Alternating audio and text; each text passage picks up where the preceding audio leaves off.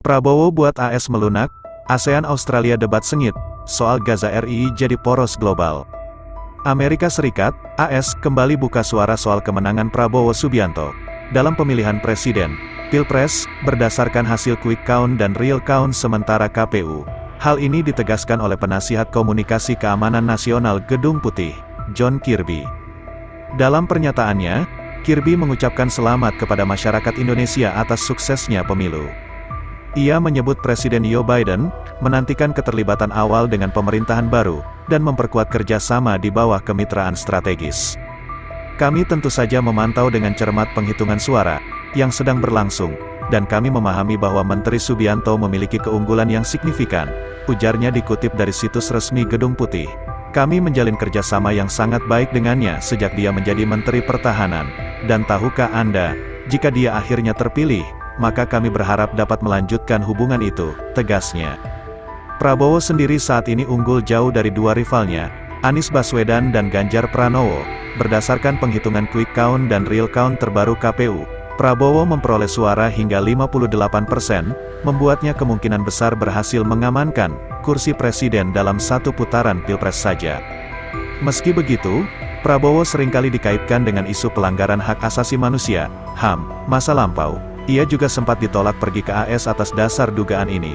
Namun soal HAM Prabowo telah membuat statement balasan. Selain itu, dengan situasi ini, Kirby menekankan pesan bahwa Washington akan terus mengedepankan prinsip-prinsip HAM dan demokrasi. Ia yakin ini juga akan terus menjadi agenda Presiden Biden.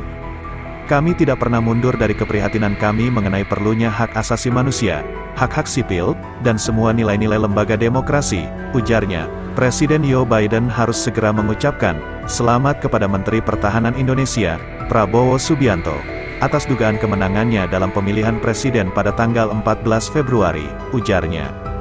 Tindakan sederhana ini akan menandakan bahwa pemerintah AS memahami realitas politik yang baru dan terus berkembang di Asia, tegasnya. Ia kemudian menyebut bagaimana Presiden China, pesaing geopolitik dan ekonomi AS di Indo-Pasifik, telah melakukannya.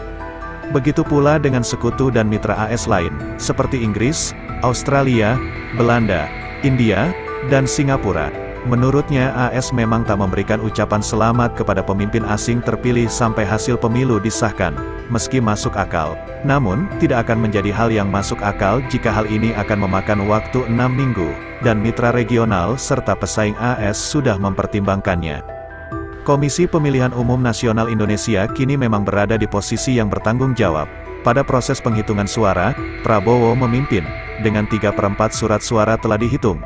Jelasnya lagi mengatakan tak mungkin ada putaran kedua, mengingat suara Prabowo melebihi 50%.